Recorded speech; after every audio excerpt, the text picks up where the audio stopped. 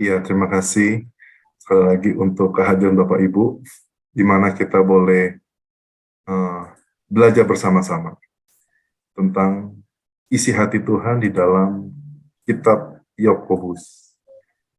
Nah, oke. Jadi kita akan mempelajari kitab Yakobus. Nah, jadi saya sekedar review aja apa yang terjadi pada minggu lalu. Ya, pada minggu lalu apa yang kita pelajari, sebetulnya yang kita pelajari adalah Yakobus memerintahkan kita bagaimana cara kita bagaimana cara kita mengatasi masalah-masalah yang ada di dalam diri kita yang bukan tampak di permukaan tapi di dalam diri kita, ya kan, seperti gunung es. Jadi yang utamanya adalah bagaimana kita menghancurkan es yang ada di bawah laut itu yang tidak kelihatan, yang semuanya tidak bisa melihat, semuanya tidak bisa mengamati. Cuman kita saja, hanya kita yang tahu.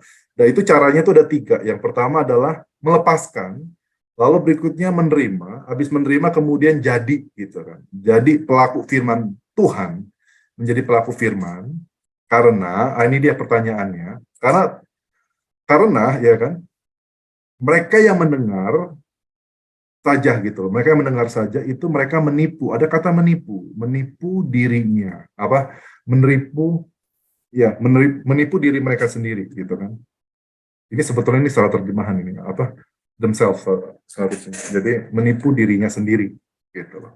Nah, sekarang menjadi pertanyaannya kemarin, kenapa Yakobus itu mengatakan menipu, pakai kata menipu?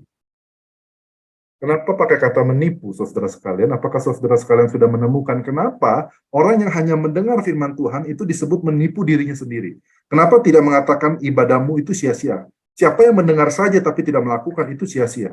Kenapa Yakobus tidak mengatakan sia-sia, tetapi Yakobus yang diinspirasikan oleh Roh Kudus mengatakan kalian menipu diri kalian sendiri?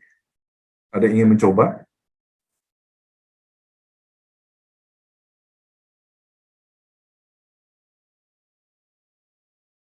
Ada ingin mencoba menjawab? Silakan mungkin. Nah, ini kemarin waktu itu sempat menanyakan ingin mencoba, silakan.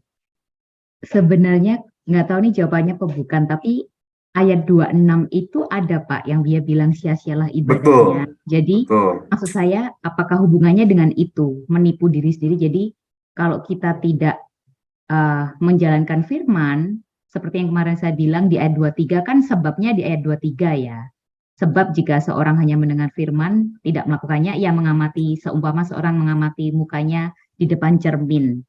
Jadi apakah ya menipunya seperti itu karena dia seperti orang yang di cerminnya. Cermin itu kan maya ya, bukan dunia nyata. Yang nyata kan orangnya yang di depan cermin itu, tapi bayangan cerminnya kan tidak nyata.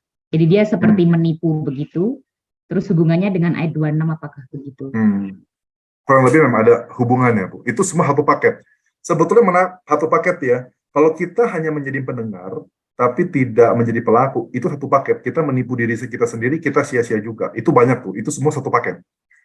Itu dianggap kita itu bodoh juga. Itu jadi satu paket itu. Jadi itu Yakobus kasar sih memang. Jadi semuanya itu satu paket. Tapi sekarang menjadi pertanyaannya, kenapa sekarang dia bahas tentang menipu di sini? Ada kata menipu. Nah, saya mungkin ada sharing dulu ya. Bukan sharing. Mungkin saya tanya dulu mungkin kepada Pak Stefanus. Menurut Pak Stefanus punya teman yang mempunyai gangguan kesehatan? Ada. Iya. Jadi misalnya seperti ya dianjurkan gangguan kesehatan ya, ada masalah nih, ada masalah X ya kan. Terus diminta solusinya apa? Jaga makan, betul ya Pak ya? Iya kan, ada jaga makan, ada olahraga, betul ya. Nah sekarang Bapak Ibu pernah ketemu nggak ada orang yang tahu diri dia sakit, ada orang yang tahu diri dia itu lemah, ada orang yang tahu dia itu perlu berubah dan dikasih tahu, dan dia tahu gitu loh. Saya harus jaga pola makan, saya harus olahraga seminggu berapa kali, sudah tahu gitu loh, minum obat segala macam. Tapi Bapak Ibu pernah ketemu nggak ada orang yang bandel? Pernah ketemu Iya, nggak? Pak. Nah, ketika gini loh, Bapak kan sudah tahu Pak informasi ya Pak ya, sudah tahu informasi Pak. Bapak sudah dengar kan, informasi ini benar kan Pak? Bapak tahu kan? Tapi ketika Bapak tidak mau melakukan, apa yang sebetulnya Bapak sudah melakukan apa? Bapak tahu nih infonya nih. Bapak tahu Bapak harus olahraga hari ini, harus minum obat, harus hari ini nggak boleh makan misalnya B2 gitu kan, nggak boleh makan babi, tapi Bapak tetap makan babi, nggak olahraga lagi kan, gitu loh. Terus berikutnya nggak minum obat, gitu loh, nggak minum obat. Bapak tahu gitu, tapi bilang, udahlah males aja lah. Saya tahu gitu, tapi nggak lah, masih bisa kok besok, masih ya saya cuma makan dikit aja kan, hari ini kan perayaan ulang tahun kita, ya nggak apa-apa lah gitu loh.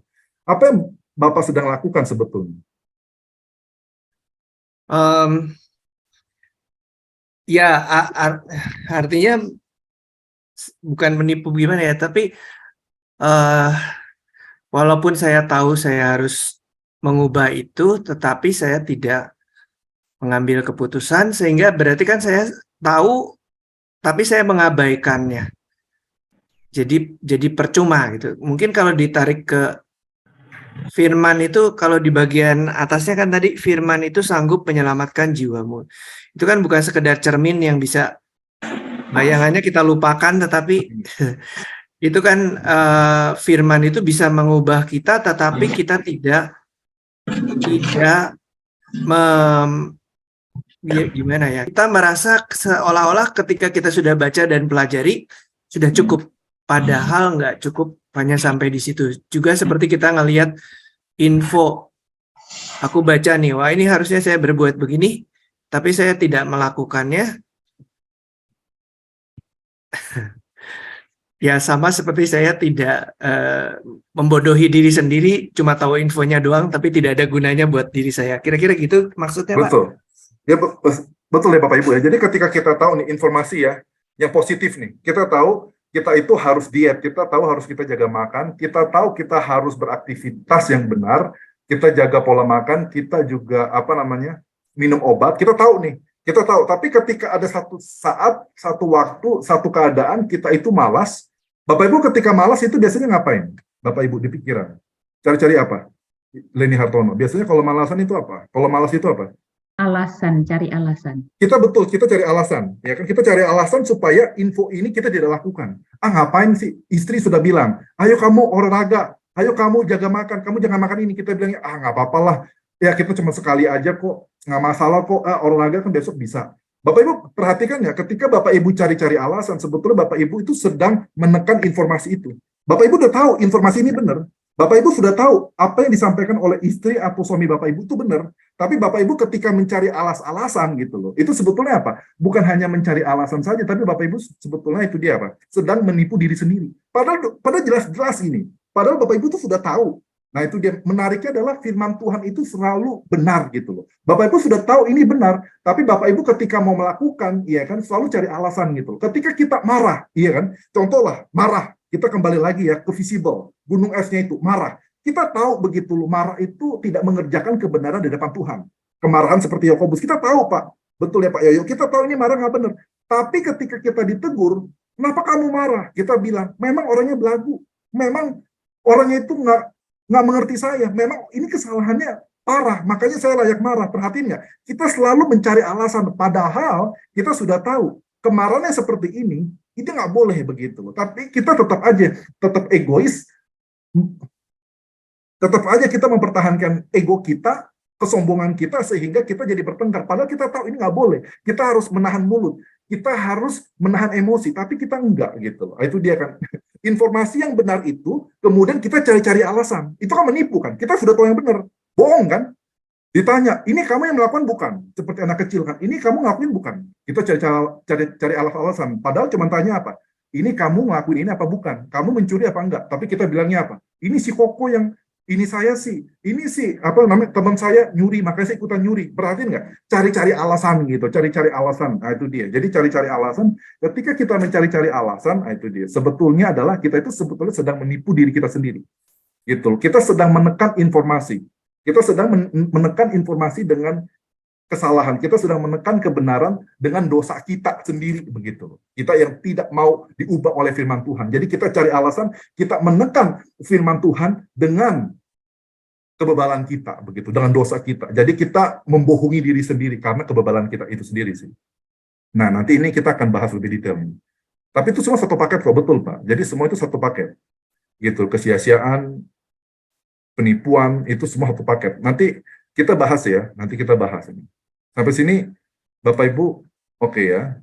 Saya akan bahas ke sini dulu nih. Ini jadi sekali lagi simple ya. Kalau apa namanya? Kalau si Yakobus itu selalu simple. Ada invisible, ya kan, ada invisible kan. Bagaimana cara mengalahkan invisible problem? Masalah yang tidak kelihatan, masalah di dalam hati. Ada perintahnya, ya kan. Lalu berikutnya ada apa? Ada alasannya. Betul ya, ingat nggak? Ada alasannya. Nah, Bapak Ibu perhatikan ya. Ini saya mau sampaikan ini. Jadi alasannya apa? Kalau kita itu hanya menjadi pendengar firman Tuhan, bukan pelaku firman Tuhan.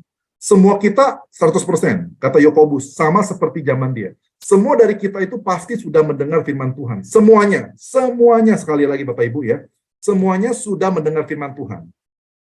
Iya kan? Jadi apabila seseorang adalah pendengar dari firman Tuhan, semua orang pasti pendengar, iya kan? Dan tidak, ini ada kata menarik nih Bapak Ibu, tidak sebagai pelaku, dia itu seperti apa? Nah itu dia, ada sekali lagi, ada apa Bapak Ibu? Ini ada perbandingan, teng. Ya, jadi dia hanya mendengar doang tapi tidak pelaku. Sekarang mainkan imajinasi, karena ini termasuk kitab yang cukup unik. Imajinasi ya, karena dia pakai ilustrasi. Seperti manusia yang melihat, hanya melihat wajahnya, wajah aslinya, wajah waktu dia lahir, wajah aslinya jadinya, itu wajah aslinya sih. Jadi orang ini sedang mengaca, ya kan, sedang melihat wajah aslinya di kaca. Imajinasikan ya kata-katanya si Yakobus. Dia itu seperti orang yang melihat wajah waktu dia lahir, wajah aslinya itu di kaca. Lalu berikutnya,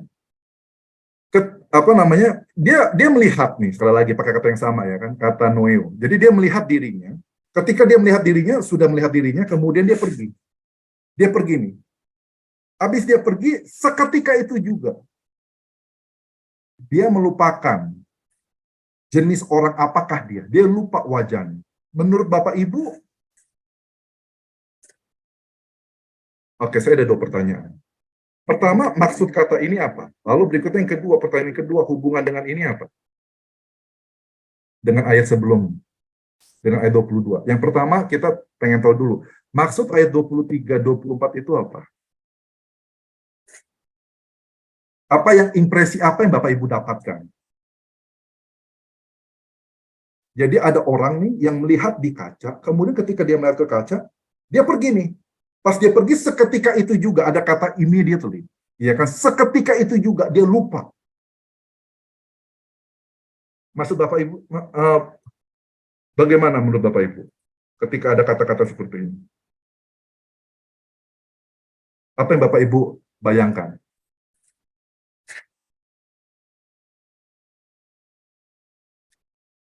Bagaimana Ibu Hilda? Apa yang Ibu Hilda pikirkan? Ada orang nih lihat diri dia nih ngaca nih ya, ngaca di depan cermin, dia ngeliat nih, oh muka saya seperti ini, terus dia pergi. Habis dia pergi dia langsung lupa wajah dia seperti apa. Itu bagaimana menurut Ibu Hilda? Kalau menurut saya sih maksud dari ayat ini sesuatu yang hanya sekilas untuk dilihat itu akan susah untuk diingat ya. Jadi Yakobus memakai ilustrasi ini sebenarnya mungkin tujuannya itu adalah sesuatu yang ingin dijelaskan tapi tidak dibuat dalam tidak dikerjakan atau tidak diterapkan itu akan mudah terlupakan. Contohnya kita ngomongkan seperti yang kita sedang lakukan ini, dan kalau kita hanya mendengarkan aja dan tidak menerapkannya itu akan sia-sia. Begitu juga dengan ketika kita melihat diri kita di kaca, mungkin saat ini saya mengingat karena sedang saya lihat, tapi kalau saya tidak tidak membawa kaca itu bersama dengan saya, udah saya akan lupa, dan ketika jalan saya akan memikirkan lagi, oh iya ya, apalagi yang ada di wajah saya tadi ya gitu. Jadi mungkin maksudnya sesuatu yang ingin dilakukan ingin dicapai itu dan tidak dilakukan, hanya kita mengatakan aja dan tidak melakukan, itu akan berlalu begitu saja sih tanpa tertinggal ya. Mungkin itu sih maksudnya, Pak. Itu betul, Bu. Itu jawaban yang kedua, Bu. Betul, Bu. Betul sekali, Bu. Baik sekali, Bu. Mungkin ada lagi ingin memberikan tanggapan? apakah ini ada hubungannya dengan ayat 21b yang mengatakan receive the implanted word. Jadi ini ada kata implanted, firman yang tertanam. Nah, konsekuensinya firman yang tertanam itu harusnya bertumbuh dan berbuah. Tetapi kalau dia tertanam tetapi dia sebenarnya akhirnya tidak bertumbuh, berarti dia ini tidak tertanam. Padahal firman itu harusnya sudah tertanam. Saya pikir ini ada hubungannya dengan kata implanted. Ada lagi Bapak Ibu yang ingin memberikan tanggapan? Mungkin saya ini sedikit, kalau kita tahu misalnya itu obat baik, tapi kita tidak mau minum, ya itu merugikan diri kita sendiri dan kita tidak bisa maju. Mungkin firman Tuhan juga begitu, kita udah tahu, tapi kita enggak melakukannya, karena firman Tuhan bilang harus dilakukan ya, baru kita menghidupi. Kalau tidak dilakukan, kita tidak menghidupinya, sia-sia aja, cuman sebagai pengetahuan aja. Itu betul Bu, nah ini betul Bu. Coba kita, itu betul. Jadi yang Ibu sampaikan dengan Ibu Idawati itu yang kedua. Nah, coba kita mikir ya. Nah, coba kita jawab dulu. Ada nggak ya orang yang baru aja melihat gini, ada nggak orang yang ketika ngaca wajah dia sendiri, terus pas dia pergi dia langsung lupa? Ada nggak orang seperti itu? Enggak. Nggak ada ya? Hah? Mungkin itu Pak, mungkin karena dia tidak dengan tujuan utama melihat wajahnya. Jadi maksudnya apa tujuan utamanya Pak? Sekedar ngaca, tapi ya cuman lihat aja, tapi nggak mencoba mengamati dengan sungguh-sungguh apa sih yang sebenarnya ada di hadapannya. Jadi ketika lewat gitu udah ya lupa aja, karena memang sebenarnya tujuannya bukan untuk mencari tahu tentang bagaimana keadaan dirinya, tapi ya sekedar lihat. Kalau saya tanggapan saya beda Pak. Silakan Pak. Biasanya kan kita kecerminkan melihat ada nggak yang perlu diperbaiki. Nah, biasanya ternyata ada yang perlu diperbaiki. Maksudnya melihat masih ada yang kurang atau masih ada yang perlu dibenahi. Nah itu kalau tidak dibenahi ya sama dengan orang yang tidak melakukan firman, karena ada firman yang memberikan petunjuk bahwa ini harus dilakukan. Mungkin hubungannya dengan itu Pak, kalau saya. Iya, jadi Bapak Ibu perhatikan ini gini. Ini dia. Ada nggak orang yang melupakan wajahnya sendiri, wajah waktu masa kecilnya sendiri, bahkan ketika dia baru saja bercermin?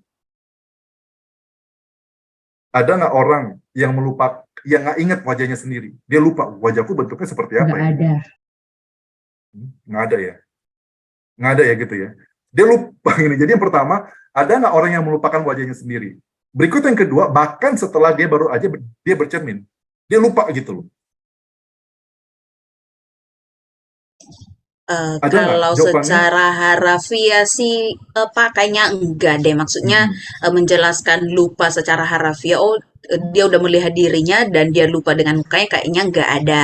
Tetapi kalau kita lebih spesifik bahwa kalau hanya sebatas dia melihat dan tidak melakukan penilaian untuk dirinya apa yang harus dia lihat, mungkin itu sih dimaksudkan, bukan bukan dalam arti dia lihat terus dia lupa, kan dia nggak, misalnya kata yang Bapak tadi kan, jadi kalau kita menerjemahkan secara harfiah, mungkin bukan seperti itu sih yang dimaksudkan di ayat 22 ini, tapi ya yang dimaksudkan Yakobus adalah seseorang yang hanya melihat dan tidak memberikan pengaruh dengan apa yang dilihatnya, mungkin itu sih dikatakan bahwa dia lupa. Jadi sama dengan firman Tuhan, kita sudah mengetahui dan bahkan kita sudah membicarakannya, tapi tidak melakukan, itu akan berlalu begitu saja sih Pak. Jadi ya udah, firman Tuhan itu seperti ini dan kita tidak melakukannya. Mungkin saat ini saya mengingat, besok dengan kesibukan akan melupakannya. Tapi ketika kita melakukan, membicarakan dan menerapkannya, mungkin akan lebih bertahan di ingatan kita tentang apa yang kita bicarakan sih. Betul Bu. Maksudnya saya tidak menyalahkan apa yang Ibu sampaikan tadi, itu betul Bu, itu bagus sekali Bu. Tapi itu yang kedua ya. Tapi maksudnya Ibu perhatikan nggak di sini? Ada pria, maksudnya ada orang ini yang melihat wajahnya di mana? Ini wajah aslinya. wajah kelahirannya, wajah aslinya. Lalu berikutnya melihat wajah aslinya, terus kemudian di kaca. Setelah dia melihat, menatap, Pak. Bukan hanya dia melihat, tapi dia menatap. Ini ada kata menatap nih, meskipun katanya sama Yunaninya ya. Dia menatap nih.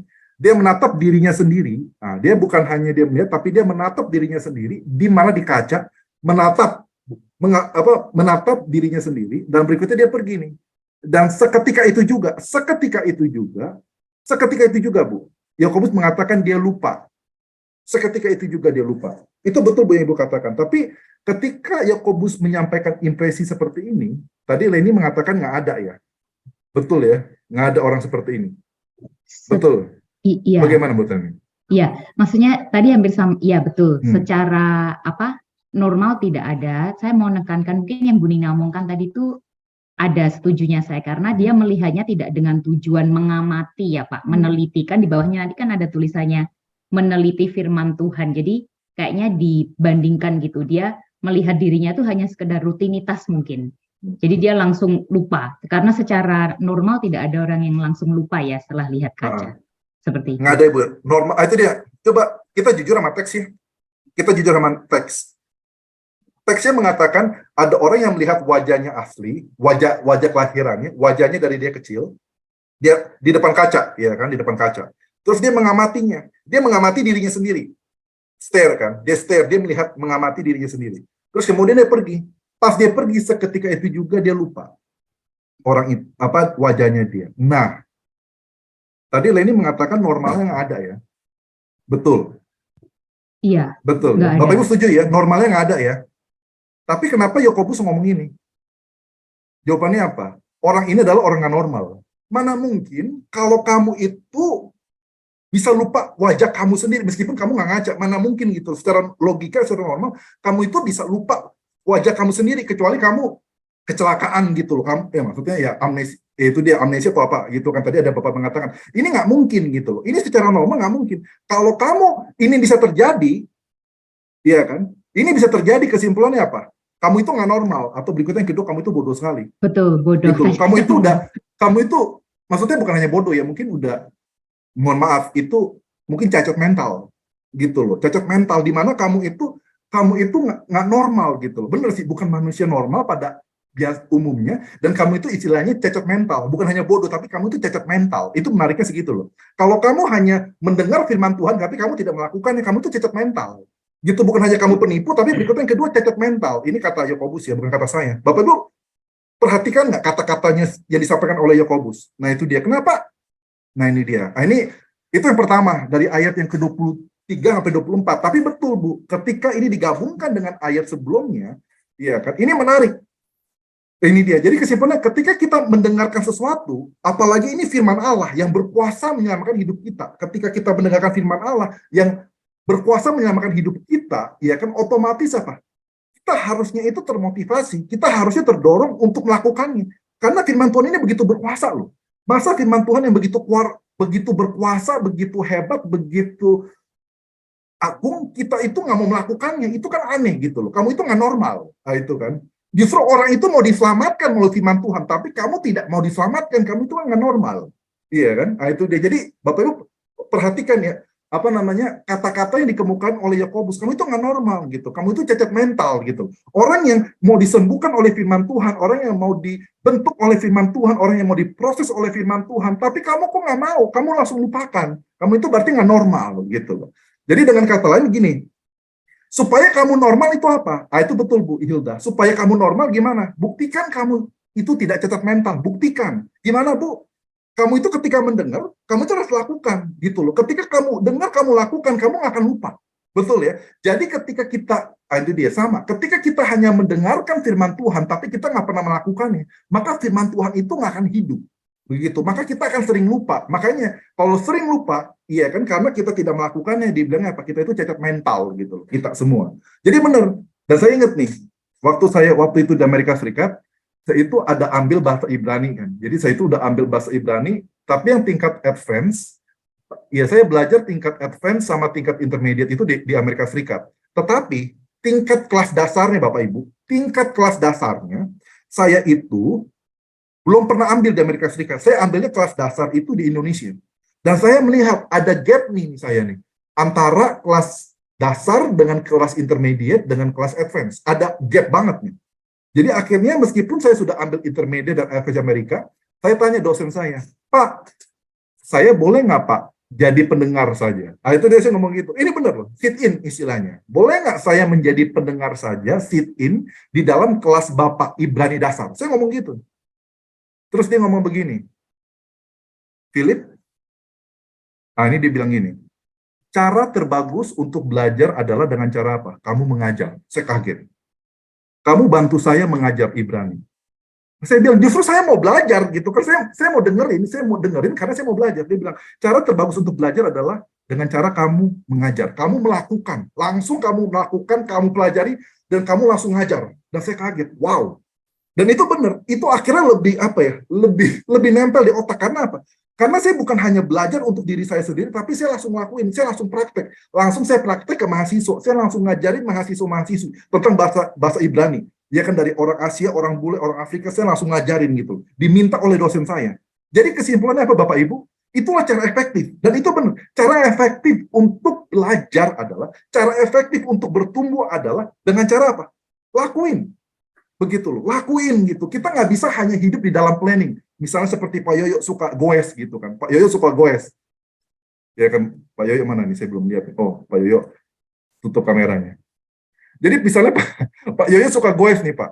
Bapak nggak mungkin kan suka goes nih. Tapi Bapak goesnya itu di dalam pikiran Bapak. Gitu kan nggak mungkin Pak. Gitu kan, goesnya di dalam pikiran. Yang nggak ada manfaatnya gitu. Tapi ketika Bapak melakukan langsung goes Pak. Ya kan, melakukan goes. Itu dampaknya, kesehatannya itu Bapak langsung bisa dapat begitu loh. Kita nggak bisa contoh, Bapak Ibu yang pernah main sepak bola atau main basket atau main badminton. Kan nggak bisa kan. Kita cuman badminton atau tenis hanya diajarin doang. Oh, hanya ajarin teori. Kamu pukulnya harus begini, lempar bolanya ke atas harus begini. Nggak bisa kan, kita harus melakukan. Ketika melakukan itulah akhirnya kita itu menjadi normal gitu loh. Iya kan? Pengetahuan yang kita terima ketika kita lakukan, teori yang kita dapatkan tentang berolahraga, terus kita praktekkan, itu jadi sempurna, itu menjadi utuh. Itu menjadi semestinya. Normalnya begitu, betul kan? Nggak mungkin gitu loh. Nggak mungkin saya dulu diajarin mobil oleh Pak Jolion. Saya nggak tahu apakah Pak Jolion ingat apa tidak. Dan Pak Jolion ketika dia ngajarin kami, dia itu nggak hanya ngomong di kata-kata gitu, enggak, tapi dia ngajarin pas kita lagi lagi pegang setir gitu. Dan dia di samping. Dia bilang, ingat ya, ini ada ada polisi tidur. Kamu itu harus injek rem di mana, jangan dadakan atau gimana. Pokoknya saya ingat banget tuh kata-kata Bang Jolion, supaya kamu itu mengendalikan mobil sedemikian rupa, senyaman mungkin, supaya kita yang dibawa kamu bisa tertidur, bisa nyaman gitu, bisa tertidur. Jadi, dan itu Pak Jolion nggak bisa hanya ngomong doang, ketika dia ngomong begitu, dia itu memaksa kita, langsung nyetir, langsung latihan begitu. Itulah baru namanya perubahan yang efektif, itulah pertumbuhan. Jadi kalau Bapak Ibu hanya mendengar, itu bukan pertumbuhan, itu apa? Itu nggak normal. Gitu, karena pertumbuhan yang normal itu melibatkan praktis, itu melibatkan tindakan, itu menunjukkan apa? Ada kegiatan, aktivitas, itu yang normal kita harus lakukan. Nggak bisa kita hanya belajar tapi kita nggak pernah pegang setirnya, kita nggak mungkin belajar tanpa kita pegang bola tenis atau pegang sepedanya atau apa, nggak mungkin, kita harus pegang. Itulah namanya apa? Pertumbuhan seperti itu, pembelajaran seperti itu, melibatkan di situ. Gitu loh. Kalau misalnya kita hanya dikasih tahu doang, lama-lama seperti kata Bu Hilda, kasih tahu kan, main tenis, kamu harus pegang bolanya di tangan kiri, tangan kanan pegang ini, segala macam, banyak teorinya, harus begini, stres nggak? Stres, lama-lama Pak, Bu Hilda, lama-lama lupa, dikasih tahu, tapi nggak pernah kita pegang sendiri, bola tenisnya kita nggak pernah ngalamin sendiri, itu apa? Kita lupa, langsung kita lupa. Nah itu dia, jadi dia bilang ya sia-sia begitu kan. Itu namanya pembelajaran yang tidak normal begitu. Pembelajaran yang normal itu melibatkan praktek pasti. Dimanapun kita minta orang berjalan, nggak mungkin. Ibu Nina kan punya anak dulu kan waktu masih bayi, nggak mungkin kan? Pada masih kecil dia bilang, saya pengen kamu itu berjalan, adik kamu berjalan kasih tahu, berjalan, habis 2 langkah pegang tangan mama, terus berikutnya lepas, pegang lagi tangan mama, nggak ada kan? Langsung kita ajak mereka untuk berjalan, langsung praktek gitu loh. Iya kan? Salah nggak salah, ya nggak apa-apa, itu dalam proses pembelajaran. Jadi inilah, kita kalau mau bertumbuh dalam dewasa, kita kalau mau bertumbuh secara normal, itu harus melibatkan mendengaran dan melakukan gitu. Melakukan itu yang menjadi kuncinya. Itu kuncinya di situ. Kalau kita nggak melakukan, kita pasti lupa. Itu nggak normal kita itu. Kita cacat mental gitu kan. Jadi lupa gitu, cepat lupa. Sampai sini Bapak Ibu ada pertanyaan tentang useless worshiper. Jadi ini sia-sia nih, percuma. Gitu, useless. Sia-sia, cacat mental, penipu. Nah ini ya, ini kata sini ya, kata Yakobus ya. Bapak Ibu jangan marah sama saya nanti. Pak Philip ini ngomong kasar banget nih, bukan saya ngomong. Saya kan cuma menyimpulkan. Bagaimana dengan pernyataan bahwa roh memang penurut tapi daging lemah. Jadi mereka sulit untuk menjadi pelaku firman karena beralasan, wah daging saya lemah, daging saya tidak mampu, manusia lemah, saya tidak mampu mengikuti firman Tuhan. Iya, di sini dong. Bagaimana pergumulannya? Di sini dong. Tadi kan ada info bagus kan, kita tahu info bagus. Kita tahu kan kita semua yang kena diabetes harus jaga makan. Saya kena diabetes juga, saya kaget. Kemungkinan besar karena turunan, karena saya tiap hari olahraga, jadi saya kena diabetes. Terus berikutnya apa lagi ya? Saya cuma kena diabetes doang. Sama ini dia, sama darah merah saya itu bermasalah. Jadi saya itu memang kalau darah merah memang betul, saya keturunan dari mama saya. Jadi itu dua masalah itu, diabetes dengan darah merah saya, itu bermasalah. Jadi intinya singkat cerita, saya harus jaga makan, ya kan? Tapi ya kan, tadi kan sudah dibahas tadi. Ketika kita tahu yang benar harus jaga makan, saya bilang, aduh, tapi kan saya udah sibuk, saya sibuk sih. Maksudnya tapi kan sekali-sekali nggak apa-apa dong, kalau ini. Berarti saya menekan informasi. Ya, ketika saya mencari alas-alasan, padahal saya udah tahu yang benar nih. Saya udah tahu kan yang benar kan. Bayangin, saya udah tahu saya harus jaga kesehatan, saya juga makan. Tapi saya cari-cari informasi untuk saya itu melanggar informasi yang saya sudah tahu itu benar. Berarti apa? Saya menipu diri saya sendiri. Padahal saya sudah tahu yang benar. Tapi saya cari alasan ini, cara itu, membenarkan kelemahan saya, membenarkan kedagingan saya, membenarkan kesalahan saya. Itu kan berat itu. Berarti kita menipu diri sendiri. Padahal kita udah tahu ini nggak boleh. Tapi kita bilang nggak apa-apa lah gitu loh. Kita mencoba menghibur diri kita sendiri. Gitu. Padahal udah bilang ini nggak bisa gitu. Kamu nggak ada hibur. Kalau kamu melanggar terus Pak Yoyo ya. Kalau kita melanggar terus, kita udah ada faktor usia melanggar makan, melanggar itu dia pola hidup yang nggak benar. Itu kita akan dapat penghiburan yang sejati. Penghiburan yang kekal, alias rest in peace, gitu. Rest in peace, gitu kan. Itu dia. Jadi Bapak Ibu, itu dia. Jadi ini menarik sih. Bukan hanya kita penipu, tapi kita nggak normal. Silakan Pak Stefanus.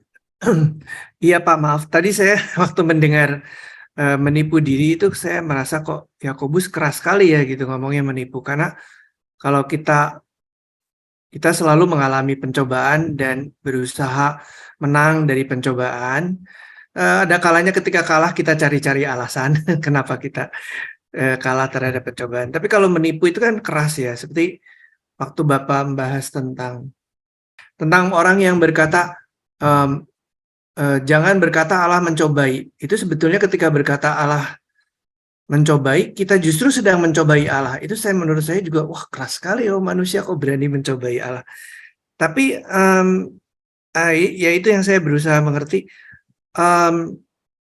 Kalau seingat saya di dalam psikologi abnormal, ada orang yang menipu diri sendiri. Salah satunya gejala yang disebut BPD, itu borderline personality disorder. Jadi kenyataan dirinya kayak apa dia bisa sangkal.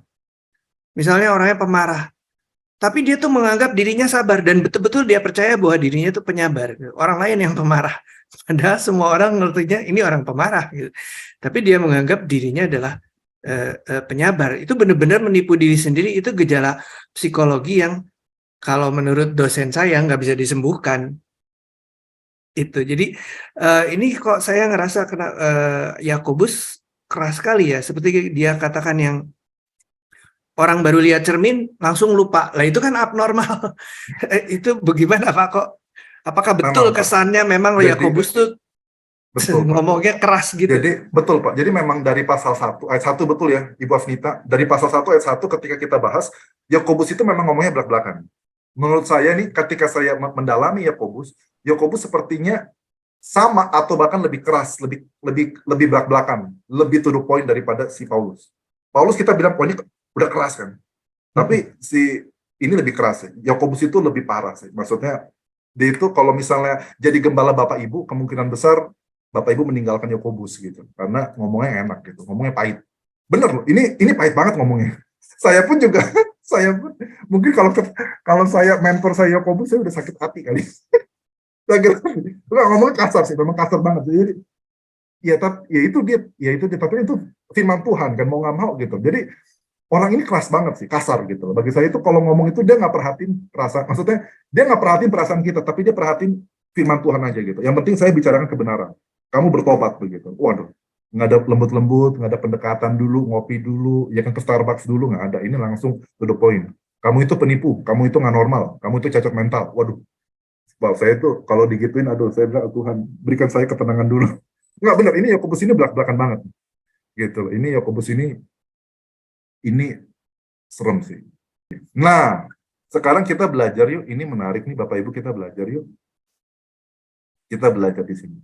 Jadi ini dia bilang useless worshiper. Ini jadi sia-sia. Ini cacat, dia bilang. Jadi yang benar itu seperti apa sih Bapak Ibu? Ini menarik ya. Jadi yang menarik ini apa? Ini ada beberapa. Jadi yang efektif ya. Aduh, ini bentar saya coba keluar dulu. Saya nyalain lagi. Jadi Bapak Ibu perhatikan baik-baik ya. Ini menarik. Nah ini menarik nih Bapak Ibu. Ini ada menarik. Menariknya adalah, jadi yang efektif itu seperti apa sih? Saya nggak bisa pakai. Yang efektif itu apa? Jadi yang pertama, jadi langkah pertama, ini dia. Jadi ini semua yang efektif ini ya, melibatkan apa yang pertama? Kita bagaimana langkah pertama untuk menjadi orang yang normal? Orang yang normal itu di mata Allah. Bagaimana cara kita menjadi orang yang normal di mata Allah? Yang pertama itu adalah apa? Pelaku firman. Langkah pertama masa kita lakukan? Enggak dong. Langkah pertama apa?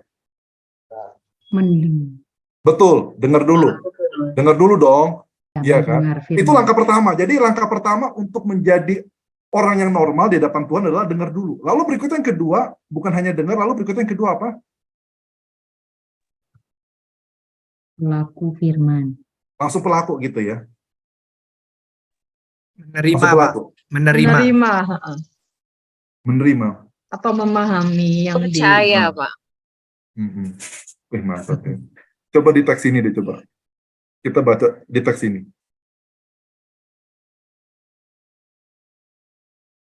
Jadi yang pertama dengar, pasti kan, dari dengar. Lalu berikutnya yang kedua apa? Melihat. Di sini ya, menurut si ini kan, menurut si Yakobus, melihat, looks. Lalu berikutnya yang ketiga, sama looks, tapi ini, looks yang ini. Iya. Jadi meneliti, ini mengamati. Iya, teliti. Iya kan, teliti. Lalu berikutnya habis teliti, apa? Ini Yakobus yang ngomong loh. Tinggal kan? Tinggal. Habis tinggal baru yang terakhir apa? Melakukan. Doing, iya. Iya, doer. Jadi Bapak Ibu tuh nggak bisa langsung lakukan, nggak bisa. Bapak Ibu nggak bisa lakukan tanpa dengar dulu. Jadi langkah pertama adalah semua orang itu pasti dengar. Pasti semua orang dengar firman Tuhan. Itu langkah pertama. Tapi Bapak Ibu nggak bisa dengar langsung lakukan, nggak bisa, nggak masuk akal. Bagaimana Bapak Ibu tuh bisa mendengarkan firman Tuhan langsung lakukan, nggak bisa. Bapak Ibu itu harus apa? Dengar dulu, kemudian apa? Bapak Ibu ini melihat, ya kan, melihat dulu gitu kan. Tapi masalahnya apa? Bapak Ibu tuh bukan hanya sekedar melihat seperti ini, tapi harus meningkat. Bukan hanya melihat seperti ayat 23, 24, bukan. Bukan Bapak Ibu harus melampaui ayat 23, 24.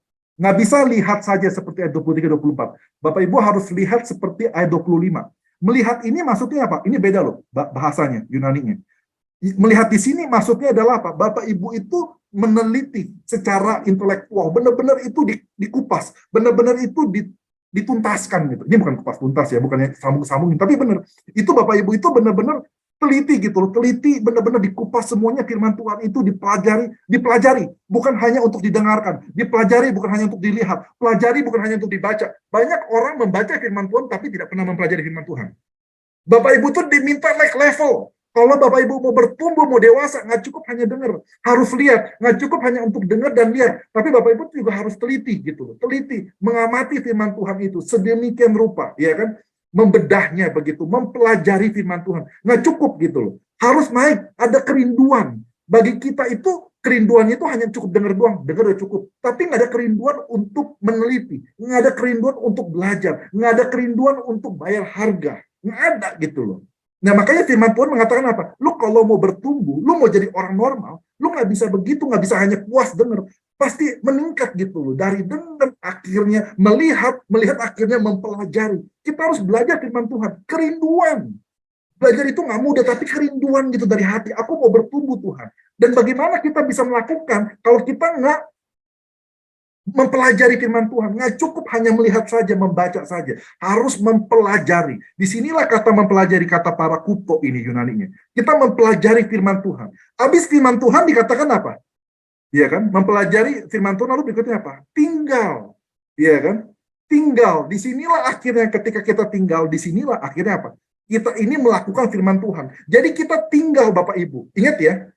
Menariknya katanya apa Bapak Ibu? Menarik apa Bapak Ibu? Di sini pakai kata apa? Abides. Apa itu kata abides? Abides itu terjemahan Indonesianya apa?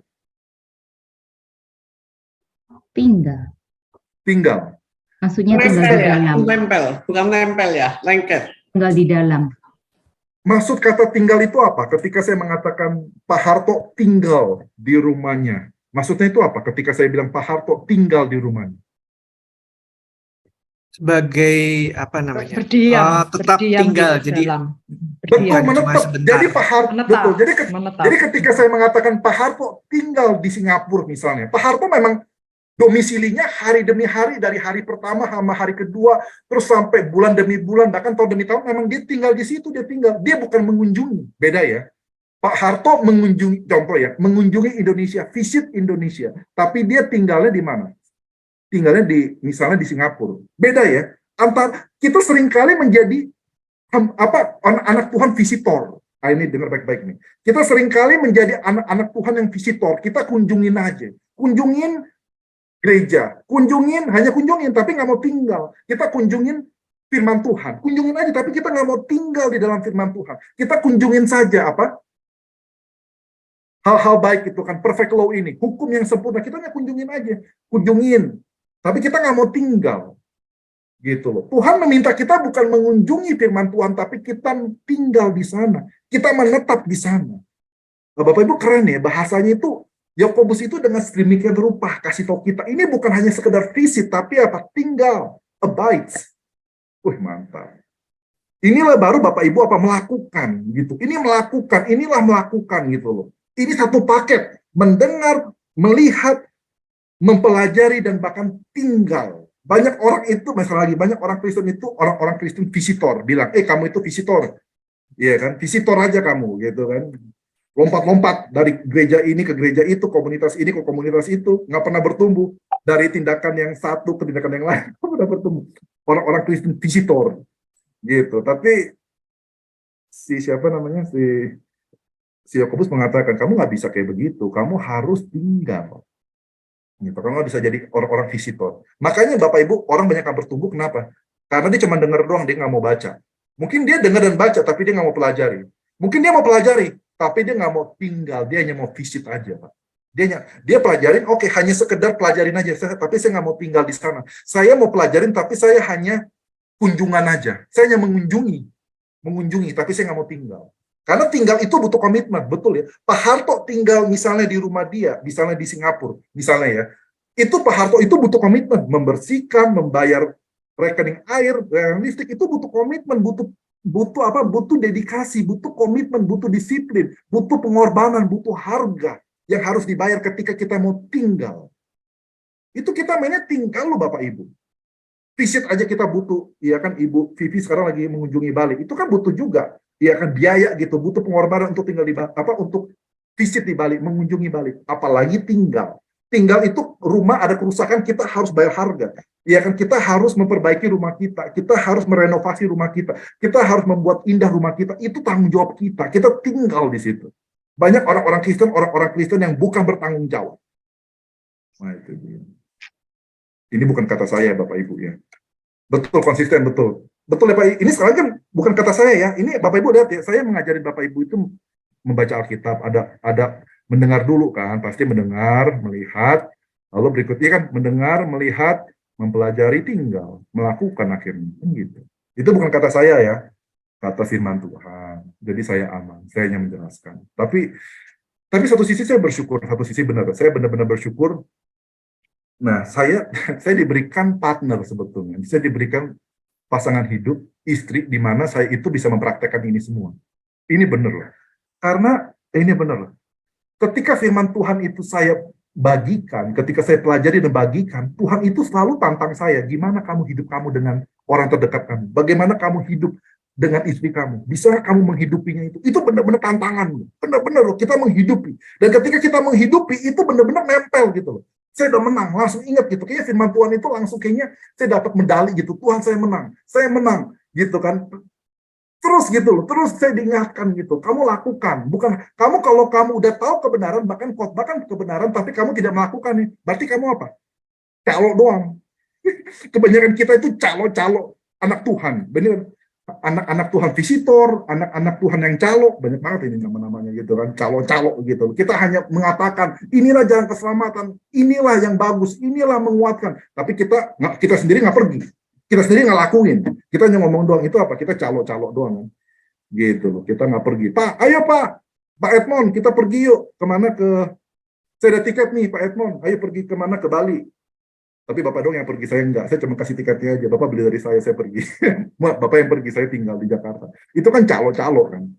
Gitu. Jadi saya bersyukur, itu yang membuat saya itu menjadi lebih dewasa, lebih matang ketika saya itu melakukan itu. Benar-benar saya melakukan itu, diberikan tantangan, diberikan kesempatan untuk mempraktekkan itu. Itu nggak mudah. Dan akhirnya saya bertumbuh di situ sih. Dan saya bersyukur sih karena ini dia sekali lagi.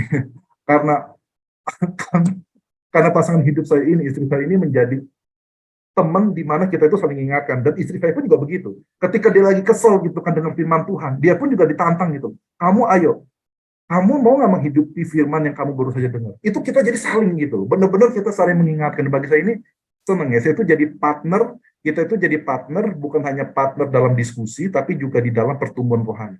Kita saling mengingatkan gitu. Wah, itu benar-benar indah sih. Gitu. Tapi berat. Tinggal itu kan butuh komitmen. Tinggal itu butuh komitmen.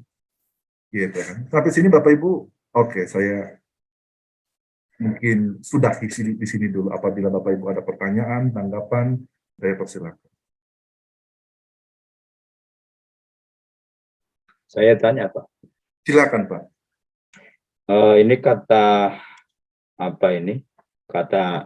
para mainas di situ kan dia pakai kata kerja participle aorist aktif gitu. Betul. Kira-kira maknanya ini kan aorist gitu. Betul. Nah, ini kata terus atau telah atau ini saya belum paham gitu. Kan sudah jelaskan tinggal gitu kan, tinggal terus menerus. Tapi kan ini kan pakai aorist gitu. Tapi itu iya betul Pak. Ya pakai participle aorist gitu. Coba bisa dijelaskan Pak. Iya, terima kasih Pak. Jadi, nah itu baik sekali Pak. Jadi pertanyaan Bapak itu cukup baik. Nah, tapi saya gimana teknisnya? Aduh, saya nggak apa-apa deh teknisnya. Bapak Ibu nggak apa-apa ya? Sorry Bapak Ibu, sekali lagi saya mohon maaf bagi Bapak Ibu yang mungkin belum pernah belajar Yunani. Sekali lagi saya minta maaf ya. Ini pertanyaan dari suaranya itu saya tahu ini Pak, suaranya Pak Yang. Jadi begini Pak. Bapak lihat ya, ini kan aorist juga. Aduh, ini Pak, ini kan aorist Pak. Ini aorist ya Pak ya, parakuptas. Ya betul. Parakupsas ini aorist. Lalu berikutnya para mainas ini juga aorist. Tapi Bapak menarik ya. Sebelum yang aorist ini Pak, sebelum aorist participle ini Bapak perhatiin nggak Pak, ada artikel. Ada artikel. Fungsinya apa Pak? Fungsi participle ini apa ketika ada artikel Bapak Ibu yang belajar bahasa Yunani? Pak Stefanus, ketika ada participle yang didahului oleh artikel itu jadinya fungsinya apa? Nggak tahu, Pak. Oke, fungsinya adalah substantival participle, itu bahasa kerennya. Maksudnya apa? Substantival participle, secara sederhana ini merupakan subjek, Pak. Jadi Subjek, ketika ya. barang, jadi gini, jadi terjemahannya gini, barang siapa yang mempelajari hukum yang sempurna itu, dan barang siapa yang tinggal. Jadi ini merupakan subjeknya, Pak. Jadi ini ada dua subjek. Jadi subjeknya itu, ya subjeknya ini gabung ya. Jadi gini, dia yang belajar dan dia yang tinggal. Jadi itu subjeknya. Jadi ini sebagai subjek gitu. Subjek, Pak. Sebagai subjek. Jadi participle kalau misalnya di sini ada artikelnya sebelumnya itu fungsinya sebagai substantival participle atau sebagai subjek, intinya gitu, Pak. Singkat ceritanya begitu. Terima kasih, Pak. Sama-sama, Pak. Oke, ada lagi Bapak Ibu. Sorry sekali lagi Bapak Ibu, saya mohon maaf. Saya pakai Yunani. Oke. Ada lagi pertanyaan? Tanya yang minggu-minggu lalu boleh, Pak? Oh, boleh, Pak. Nanti Bu Leni yang tanya. Apa yang jawab? Kalau misalnya. Oke, silakan. Silakan. Apa Pak. itu? Kan nampaknya Yakobus juga pakai frasa-frasa yang merupakan majas kiasan gitu ya, Pak ya. Itu apakah kita bisa mengertinya hanya secara logis saja atau memang ada cirinya di dalam bahasa Yunani? Maksud saya misalnya itu loh Pak, kemarin itu, hendaklah kamu cepat mendengar. Itu tuh pernah terjadi, saya lagi nerjemahin di sekolah Alkitab, mahasiswanya tanya, Pak ngomongnya jangan cepet-cepet katanya. Saya bilang, bukan, kamu yang harus cepat mendengar, kata Yakobus. Terus dia bilang, tapi kan Yakobus juga bilang, hendaklah kamu lambat berkata-kata, katanya. Oh baik, kalau gitu kita mulai lagi. Matius 2 ayat. Nah itu kan ngaco Pak terjemahannya, itu terlalu harafiah. Namanya Pak, slow motion namanya. Itu kan harafiah jadinya. Tapi kan kita kalau secara logika berarti ini kan Yakobus pakai majas gitu ya Pak ya, idiom ya. Apakah ada cirinya di bahasa Yunani atau kita hanya bisa ngerti lewat logika aja? Enggak sih, memang. Nah ini dia. Jadi memang kalau misalnya ada kayak seperti itu, memang pertama memang bisa pakai logika, Pak. Bisa pakai logika, tapi yang kedua memang kita ada, nah itu dia sih, memang kita kan selama ini kan kita baca apa namanya tulisan-tulisan Yunani itu kan cuman perjanjian lama, perjanjian baru aja. Perjanjian baru bahasa Yunani dengan perjanjian dengan perjanjian lama bahasa Yunani, cuman itu aja paling pokok.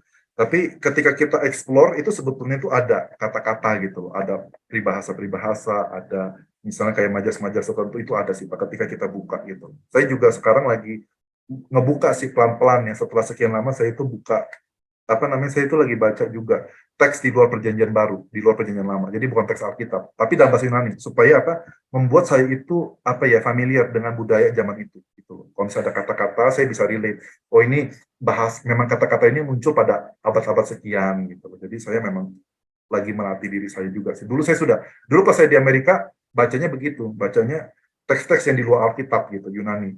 Ya, karena lebih susah kan. Teks Alkitab itu sebetulnya mudah sih dibaca Yunaninya. Yunaninya itu makanya dibilang Yunani koine. Koine itu umum atau pasaran gitu. Jadi memang bukan Yunani yang benar-benar klasik, yang benar-benar makanya pada zaman dulu, ini Bapak Ibu ya, pada zaman dulu itu sangat sulit orang-orang yang berpendidikan itu untuk terima Yesus melalui perjanjian